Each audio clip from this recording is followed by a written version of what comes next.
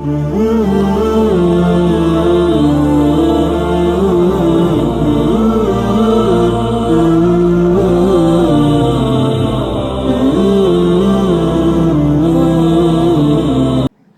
الله الرحمن الرحيم الحمد لله الذي وحده وصلى الله عليه وسلم من لا نبي بعده وعليه وصحبه أجمعين وبعد السلام عليكم ورحمة الله وبركاته.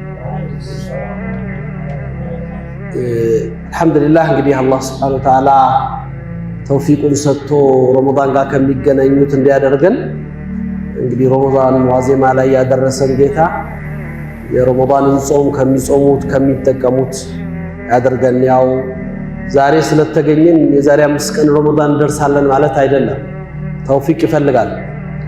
ታውሳላችሁ የዛሬ ስንት ዓመት ነው ሼኻችን እዚህ መስጂድ ላይ የመጀመሪያ ቀን ረመዳን ያለፉት? ታስታውሳላችሁ አይደል? እኔ አስታውሳለሁ። እንደዚህ እሑድ ቀን ነው ረመዳን ሰኞ ቀን ይገባል። ሾጀሌ መስጂድ ላይ ወርሃዊ ፕሮግራም ረመዳን አቀባበል ነበረ። እኔ ተናግሬ ከኔ በኋላ ፈትዋና አህካም ሲያም ላይ ሲናገሩ ነበሩ። ሌሊት ላይ ውሃ ጠጥተው ነው ወደ አኺራ የሄዱት ፈጅር እንኳን ሳይሰግዱ። ይሄ ነው የአላህ ሱና። መድረስ ራሱ ተውፊቅ ይፈልጋል፣ እድል ይፈልጋል። አናውቅም ስንቶቻችን እንደርሰዋለን እንኳን አይደለም እንጠቀመዋለንና ለዛ ነው ዱዓ የሚፈልገው ዝግጅት የሚፈልገው ረመዳን አላህ እንዲያደርሰን ከዛም ደግሞ ደርሰን እንድንጠቀምበት። ረመዳን በብዙ አይነት መልኩ ብዙ ነገሩ ይገለጻል። አሁንም ሼኻችን ሼክ መሐመድ ዘይን ሐፊዘሁላህ እንግዲህ አህካሙ ፍቅህ ሲያም ላይ ፍቅሁን ጾም ላይ ያለውን ግዴታዎችንና ዋጅባቶች እንደዚህ ሙፈጥራቶቹን ሲገልጹ ነበር የደረስኩት። እኔ ብዙ ነገር እዛ ላይ ተዳስሷል ብዬ ስለማስብ እኔ በኔ ህይወት በእያንዳንዳችን ወጣት በብዙዎቻችን እድሜያችን ለጋ በሆኑ ልጆች ውስጥ በልጅነታችን ትውስታ የሚመጣብን ረመዳን ለብዙዎቻችን መቀየር ምክንያት ይሆን፣ ለብዙዎቻችን መስጊድ ጋር መቅረብ የሆነ፣ ለብዙዎቻችን ለዳዕዋ መቅረብ ምክንያት የሆነ አብዛኞቻችን ወጣት ሆነን መስጊድ ጋር የተገናኘ ነው በረመዳን። ረመዳን የበለጠ ቁርብ የበለጠ አላህ ጋር መገናኛ መድረክ ሆኖልናል ብዬ አስባለሁ። እኔ ረመዳን ሸህሩ ተግይር ነው፣ የለውጥ ወር ነው። የለውጥ ወር ነው፣ እንለወጥበት ነው የምለው። ወንድሜ ካሚልም ሲገልጽ እንደነበረው አሁን መጨረሻ ላይ ሲነሱ እንደነበሩት ረመዳን ታሪካዊ ክስተቶችን ያስተናገደ ትልልቅ ድሎች የተጎናጸፍንበት የክብር የዒዛ ወር። እንዴት ነው ይህን ረመዳን ከሌሎች ረመዳኖች የተለየ የምናደርገው? ካለፉት ረመዳኖች የዘንድሮ ረመዳን እንዴት እየተለየ እናድርገው ነው እኔ መሰረታዊ ሐሳብ። ብዙ ረመዳኖች በህይወታችን ውስጥ አልፈናል። ትልልቆች እድሜ የገፋችሁ ሰዎች እኛም ወጣቶቹ 5፣ 10፣ 20፣ 30፣ 40፣ 50 ዓመት የጾምን ሰዎች ይኖራል። በእነዚህ በጾምናቸው የእድሜ ዘመናችን ክፍል ውስጥ ረመዳን እኛ ልብ ውስጥ ምን አስቀምጦ አለፈ? ምን ያህልስ ለወጠን? ምን ያህልስ ቀየረን? ተቀይረንበታል? በረመዳን ተጠቅመን አልፈናል ወይስ ደግሞ ረመዳን በእኛ ላይ አልፏል? ሙሩራን ኪራም ነው የሆነው በእኛ ላይ ሂዶብናል የሚለው መሰረታዊ ነገር ነው። ቁርአኑ እንግዲህ አላህ Subhanahu Wa Ta'ala ጾምን ግዴታ ያደረገበትን የቁርአን ምዕራፍ ሲያነሳ ለዓለኩም ተተቁና ያለው አይደለም? የጾም ዓላማ ኩቲበ ዓለይኩም الصيام كما كتب على الذين من قبلكم لعلكم تتقون። እዚች ላይ ናት لعلكم تتقون بلسان الرب عز وجل የተገለጸ ረመዳንን ከጾማችሁ ተቅዋ ታገኛላችሁ ይላል አላህ። ረመዳንን የጾመ ሰው ተቅዋ ያገኛል።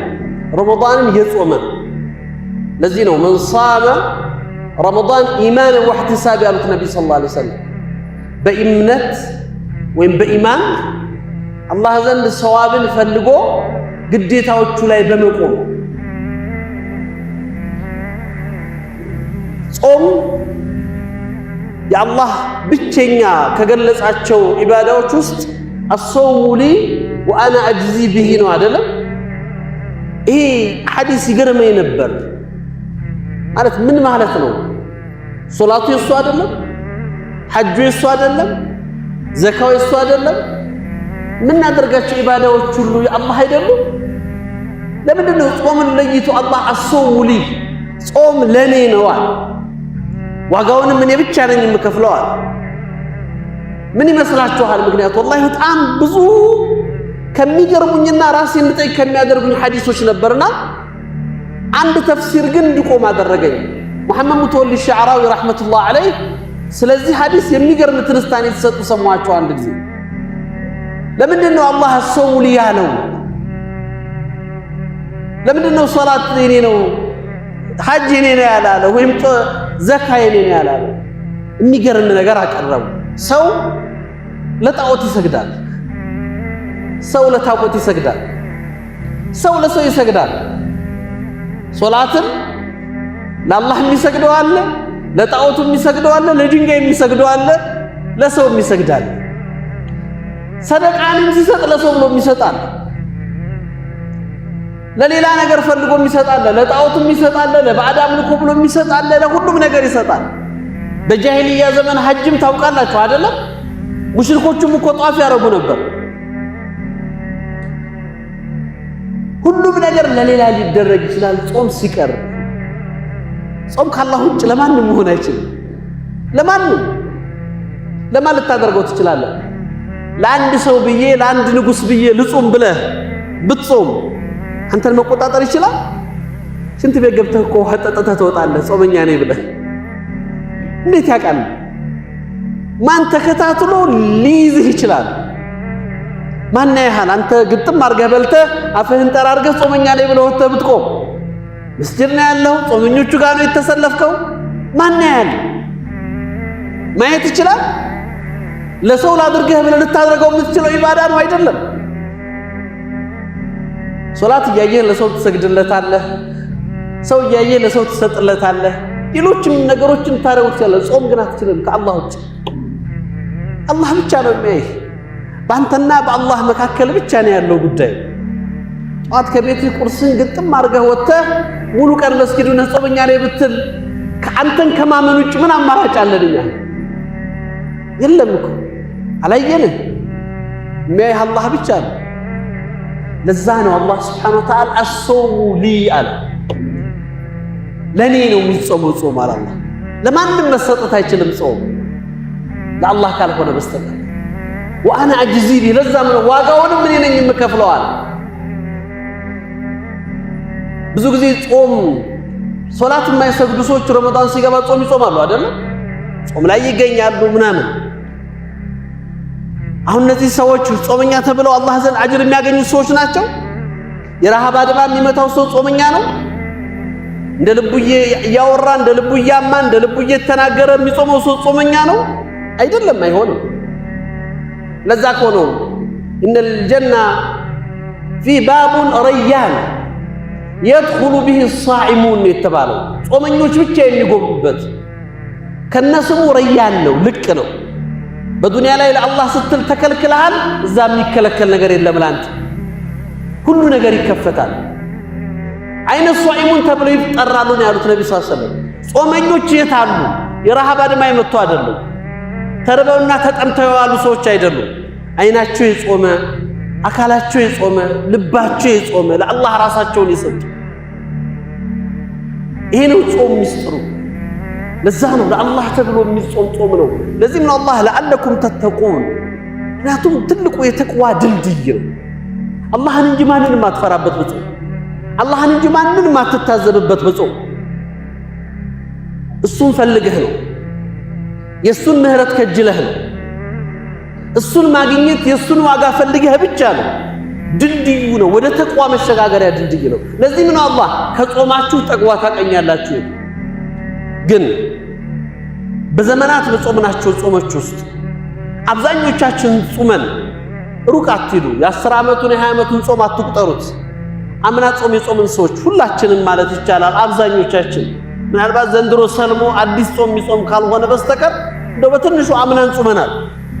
ከአምና እስካሁኑ ረመዳን ድረስ ምን ሰራን? ግልጽ ነው። መጾምና አለመጾማችንን የውመል ሒሳብ መጠበቅ አያስፈልገውም። እኔ እናንተ ራሳችንን መልስ የምንሰጥ። አላህ ጾም የጾመ ሰው ተቅዋ ያገኛል ይላል። ተቅዋ ብዙ አይነት ተፍሲር ሰጥተውታል ዑለማዎቹ። አጭርና ግልጽ ተቅዋ ተፍሲሩ አላህ ባዘዘው ነገር ላይ መገኘት ከከለከለው መከልከል ነው። በዚህ አንድ ዓመት ውስጥ አላህ ባዘዘው ላይ ተገኝቼ ከከለከለው ተከልክያለሁ ከሆነ ጾም ያለው ማለት ነው። ካልሆነስ የረሃብ አድማ ነበር፣ ድካም ነበር ማለት ነው። አላህ ደግሞ ቅድም ሲገልጹት እንደነበረው ለይሰ ሊላሂ ሐጃ የለውም ጉዳይ የለውም ከኔ ካንተ መራብ መጠማት የሚፈልገው ነገር አላህ እንድናረጋግጥ። ስለዚህ ነው ይሄ ተቅዋ የሚገነባበት ወር ትልቅ ድልድይ ነው። ይሄን ሽግግር ነው በህይወታችን ውስጥ ጀዘር የሆነ የሚታይ በትክክል እኔና እናንተ ላይ በተግባር መታየትና መሬት መውረድ የሚችል ለውጥ ለማምጣት ትልቁ ምዕራፍ ነው ረመዳን። ለውጥ አላህ ስብሓነሁ ወተዓላ إن الله لا يغير ما بقوم حتى يغيروا ما بأنفسهم ይላል። ቃኑን አድርጓል። የለውጥ ህግ አላህ ሰዎች ራሳቸውን ለለውጥ እስካላዘጋጁ ድረስ መለወጥ አይችሉም። ለውጥ የኔን ያንተን ዝግጅት ይፈልጋል። ለመለወጥ መዘጋጀታችን ለመለወጥ በተዘጋጀነው ልክ ነው ለውጥ የሚመጣው። ለዚህ እኮ ነው በሐዲስ الصحيح في الصحيح البخاري በተዘገበው ሐዲስ ላይ ነብዩ ሰለላሁ ዐለይሂ ወሰለም انما العلم بالتعلم والحلم بالتحلم والصبر بالتصبر እውቀት የሚመጣው በመማር ነው አሉ። ሰው ማወቅን ስለፈለገ ያውቃል። እውቀት መጥቶ አንተን የሚያንቀህ ነገር ነው ግዴታ ልትፈልገው መሸቃውን ልታይ ፈተና ውስጥ ልትገባ ይገባል። ዝም ብሎ የሚመጣ ነገር ስላልሆነ ሶብረኛ ልሁን ብለህ ዝም ብለህ ሶብረኛ መሆን ስለፈለክ ትሆናለህ አትችልም። ትዕግስት መለማመድ አለብህ በህይወት ውስጥ እየተፈተንክ ለአላህ ስትል እየተውክ እየመጣ እያነቀህ ቁጣህን እየተቆጣጠርክ ፈተናዎቹ እየመጡ እየተረገጥክ አላህ አለ እያልክ አላህን ፈልገህ የምትተዋቸው ነገሮች እንደዚህ አይነት እኔ እናንተ የተዘጋጀንበትን ልክ ነው ውጤቱን አብረን የምናገኘው ረመዳን የሚያ ነው። ስለዚህ እኔ ራሳችሁን ብዙ ጊዜ እናገራለሁ ረመዳን ሲመጣ ሐቂቃ ምክንያቱም ራሴ ጋር ከምጣላበት ጉዳዮች ውስጥ ስለሆነ ሰው ረመዳን መስጊድ ሞልቶ ከረመዳን ሲወጣ አይከፋው ነገሩ ሸይጣን ቃል ኪዳን ገብቷል። ወለቀድ ظن ኢብሊስ ይላል አይደል ቁርአን። ኢብሊስ ጠረጠረ ይላል። የሱ ወዳጆች የሱ ጓደኞች ዛሬ እሱ ስለታሰረ እንጂ የተውት እንደማይተውት ያውቃል። ፈተበዑሁ ኢላ ፈሪቀን ሚነል ሙእሚኒን አው ሚነል ሙስሊሚን ነው። አማኞቹ ሲቀሩ ሌሎቹ ተመልሰው ይወጣሉ ወዳጃቸውን አይተው። አንተ ስለጠፋህ እኛም መስጊድ ገባን፣ አንተ ስትመጣ እኛም ወጣን ብለው ይመጣሉ። ወለቀድ ሰደቀ ዘነ ኢብሊስ ነው አይደል የሚለው። ኢብሊስ ጥርጣሬው ሆነ እንደማይከዱት እርግጠኛ ነበር ነው የሚለው ቁርአን ላይ። ወዳጆቹ አይከዱትም፣ ገብተው እንደማይቀሩ ያውቃል። እሱ ስለሌለ ማሳለፊያ ጊዜ ማሳለፊያ መጥተዋል መስጂድ ተመልሰው ሄደዋል። እንደዚህ አይነት ሰዎች እንዳንሆን ረመዳን መጥቶ በህይወታችን ውስጥ ትክክለኛ ለውጥ ውስጥ ገብተን እንድንመጣ ፍረስ ነው። አልፍርሳ ላ ተተከረር ይላሉ። ይሄ እድል አጋጣሚዎች በህይወት ውስጥ አይደጋገሙ። ምክንያቱም በደረስን ይፈልጋሉ ያጋጣሚ። ምክንያቱም አምና የነበረ ዘንድሮ የለም። ፍርሳውን አሳልፎታል ያለፈው ሰው ከተጠቀመበት ውጭ። ቅድም እንዳልነው ዛሬ መድረሳችንን አናቅም፣ ከደረስንም በኋላ መጨረሳችንን አናውቅም። ማን ነው የሚጨርሰው ረመዳን?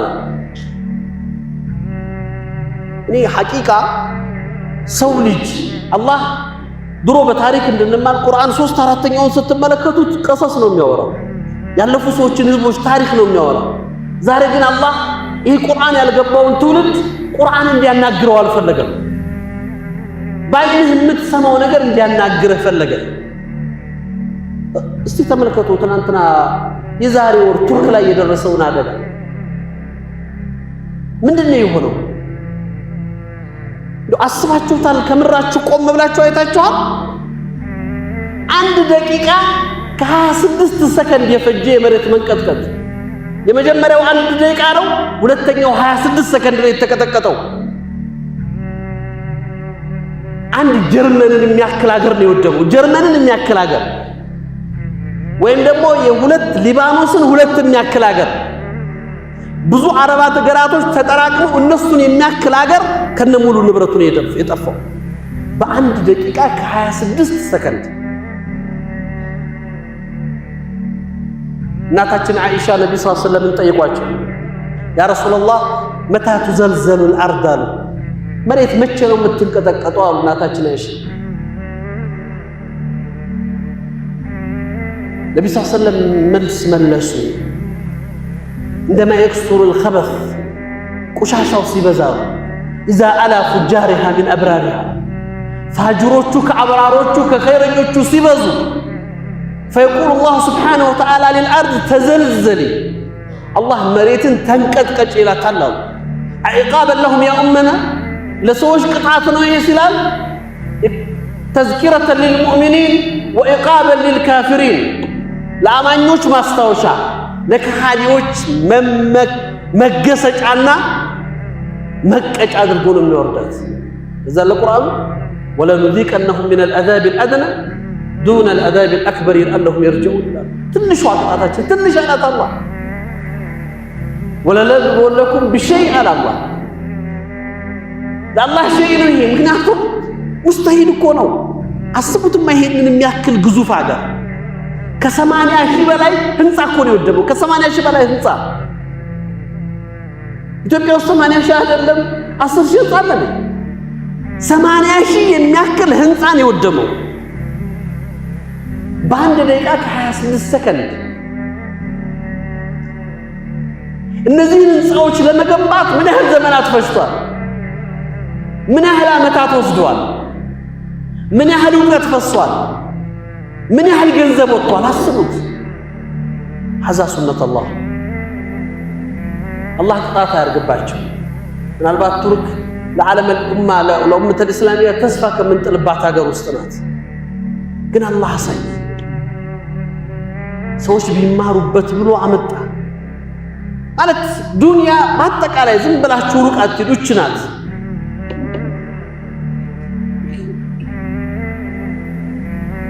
ምንድን ይገርማል ይሄው በቃ ይሄ አዲስ አበባ ምናምን እንዳይመስላችሁ እኮ የጠፋው ከተማ ምናልባት አዲስ አበባን ስንት የሚያክል ማለት ነው ሙሉ ከተማው የወደመው ሀብቱን ንብረቱን አትቁጠሩት። 80 ሺህ ህንጻ 2 ሚሊዮን ሰው ተስተፈተፈ አካባቢው ሙሃጅር ሆኗል። ከ50 ሺህ ሰው በላይ ሞቷል። በመቶ ሺዎች ሰው ቆስሏል። ወላጅ አልባዎች በሺዎች የሚቆጠሩ ቤተሰቦቻቸውን አጥተዋል። በአንድ ደቂቃ ከ25 ሰከንድ ቀናት አልፈጀ ወራት አልወሰደ። ይሄ ነው አላህ سبحان الخالق جلت عظمته جلت قدرته ጌትነት እሱ ላይ ነው የሚያምረው። ኃያልነት እሱ ላይ ነው የሚያምረው። አይነ الجبابرة የታሉ የቁዋ ባለቤቶች? ቱርክን አስታውሷት። ትናንት ኮቪድ በመጣን ጊዜ እና አሜሪካና አውሮፓ ሀገሮች በኮቪድ ተፈትረው ለነሱ እርዳታ የሰጠች ሀገር ናት። ኦክሲጂን የላከች ሀገር ናት። ማክስ የላከች ሀገር ናት። ራሷን ተቆጣጥራ ለሌሎች የተረፈች ሀገር ናት። ግን አልቻለችም። ቁድረት الإله በምን ይቋቋሙታል? ይህን ቆም ብለን እናስብ። ፍረስ አታውቀውም። እኔም አንተም ዛሬ የቆምንበት ቦታ እኔ እናንተን አውቁሞ መቆየቱን አናውቅም። እንደዚሁ እንደተቀመጥን ይዞን መሄድ የሚችል መሬት ነው የተቀመጥንበት መሬት። በአላህ እጅ ያለ መሬት ነው። በእናንተ እጅ አይደለም። በመሐንዲስ እጅ አይደለም። በመንግስት እጅ አይደለም። ስለዚህ ነው ወደ ዋናው መልእክቴ ስመለስ አላህ በእኔና በአላህ መካከል ያለ ግንኙነት እንዲስተካከል ሌላ አስተማሪ ታሪኮችን የሚመከር ህዝብ አልሆናል።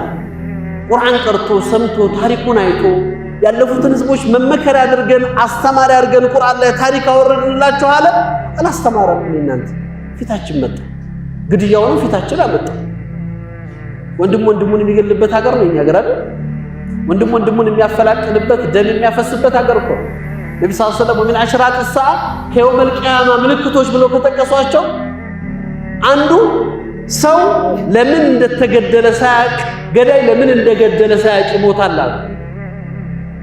እንዲሁ ያለ አንዱ አንዱን ዝም ብሎ ያለ ምንም ምክንያት እሱን ስላልመሰለው ብቻ ይገለዋል። በገንዘብ አልተገናኙ፣ በፖለቲካ አልተጣሉ፣ በሐሳብ ተገናኝተው አላወሩ፣ ግን አይመስለው የኔ አይደለህም ብሎ ይገለዋል። ይህን እኮ በዓይናችን እያየነው ነው እዚሁ ሀገር ላይ፣ ሌላ ቦታ መሄድ አያስፈልግም። ኢዘን ወንድሞች ሁላችንም እህቶች ይሄ ጊዜ ረመዳን በህይወታችን ውስጥ አላህ ከሚሰጠን ትልቅ እድሎች ውስጥ አላህ ምንም ባይል አላህ ምንም ባያደርግ እንኳን ቁርአን አውርዶበት እንኳን ለይለተል ቀድር ብሎ ተናግሮበት እንኳን ጉፍራንና ምህረት ያለበት ወር ነው ተብሎ አይደለም ረመዳን ብቻ ትልቅነቱን ስለተናገረ እኮ ይበቃል ለሚያምን ሰው። ኢብኑ አባስ አንድ ጊዜ ተቀምጠው አንድ አረብ የገጠር ሰው መጣና ሐጅ ላይ ትምህርት እያስተማሩ ከናንተ ውስጥ ዓሊም ማን ነው ጥያቄ መጠየቅ እፈልጋለሁ ብሎ መጣሉ አረቢ። ኢብኑ አባስ አሉት ሕብረ ኡማ ሄደ ኢብኑ አባስ አንተ ነህ ዓሊሙ? አዎ። ጥያቄ አለኝ መልስ ትሰጣለህ? አዎ አሉት። ስለ ርዝቅ ነው የጠየቃቸው። ስለ ርዝቅ ስለዚህ ሳይጠይቃቸው የቁርአን አያት ልቅራ አላህ ያወረደውን የቁርአን አያት ልቅራ አሉት። አላህ ቁርአን ማውርዷል አላቸው። አውርዷል። ወርዝቁኩም ፊ ሰማአት ርዝቃችሁ ሰማይ ላይ ነው ያለው። በማንም እጅ አልተደረገም በአላህ እጅ ነው ያለው ሲሉት በደስታ እየዘለለ ሄደ ይባላል። አልሐምዱሊላህ ርዝቄን ለማንም ያላደረገ ጌታ ምስጋና ይገባው እያለ አረብ እኮ ነው የገጠር ሰው እኮ ነው።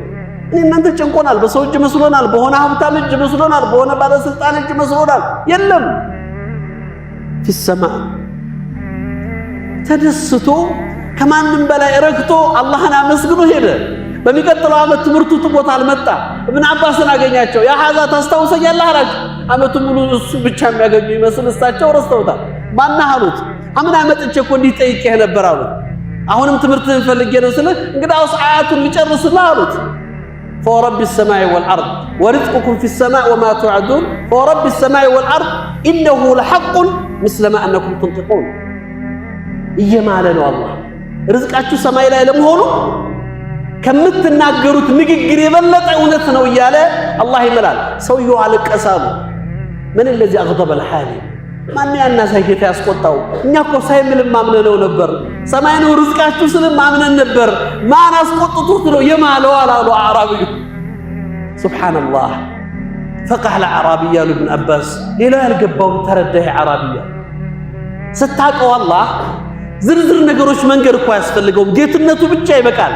ይሄ ከሆነ ያናግርሃል፣ ይሄ ዩኒቨርሲቲ ይነግርሃል። እስቲ እንደው ቢላሂ አለይኩም እዚህ የተቀመጣችሁ ወንድሞች በእናንተ ምርጫ ቢሆን አይናችሁ የት ላይ ሊሆን ተወዱ ነበር? ይሄ አይንህ የት ላይ ቢተከልልህ ነበር የምትወደው አንተ? ይሄ አፍንጫ የት ነበር ሊቀመጥ የምትወደው? እስቲ አስቡት። ወረድ ብላችሁ ዝም ብላችሁ ገልብጡትና አይንህ እግርህ ላይ ቢሆን ምን ይፈጠር ነበር? አትሸፍነው ማያህ ነው ጫማ ታደርግበት ስትገልጠው እንቅፋቱ አቧራው መከራ ነው። ምን ታደርገዋለህ? ምን ነበር የሚፈጠረው ታስባላችሁ? እዛ ኮና አላህ ራሳችሁን ተመልከቱ ይላል። ወፊ አንፉሲኩም አፈላ ትብሲሩን። እንደው ሌላ ቦታ ትሄዱ እስቲ ይህንን የአላህን ኃያልነት ታላቅነት እስቲ ራሳችሁን ተመልከቱ። ምን ነበር መሆኑ የምትፈልጉት እናንተ? ይሄ ጌታ እኮ ነው አንተ አላህ በዚህ ንግስናው በዚህ ልቅናው በዚህ ጌትነቱ እኔ እናንተን ይሄን ትእዛዝ አዘዘ። ለዚህ ነው እሱ ሊፈሩት ሊታዘዙት የሚገባ ጌታ ነው። ለዚህ ደግሞ ትልቁ አጋጣሚና ትልቁ ፍርሳ ረመዳን ፍርሰተል ዑምር ነው። የድሜ የህይወት ትልቅ እድል ለተጠቀመበት ሰው ራሱን ማየት ለሚችልበት ሰው ረመዳን በህይወት ውስጥ መጥቶ የ11 ወር የድሜህን ያሳለፍከውን ዓመት እኮ ትሬኒንግ ነው። ትሬን ነው የሚያደርገው አላህ ዝግጅት። ይገርመኛል አንዳንድ ጊዜ ቅድም ሸህ መሐመድ ዘይን ሲናገሩ ነበር። ሰው ኢሻን አሳልፎ ለተራዊህ ጓጓልና ለምንድነው ከረመዳን በፊት ጀማዓ ሶላት መስገድ የከበደን? ሱብሒ መምጣት የከበደን? 5 አውቃት ሶላት መስጊድ መስገድ የከበደን? የማይቻል ነበርና ነው? ሳይቻል ቀርቶ ነው? አይደለም፣ ይቻላል።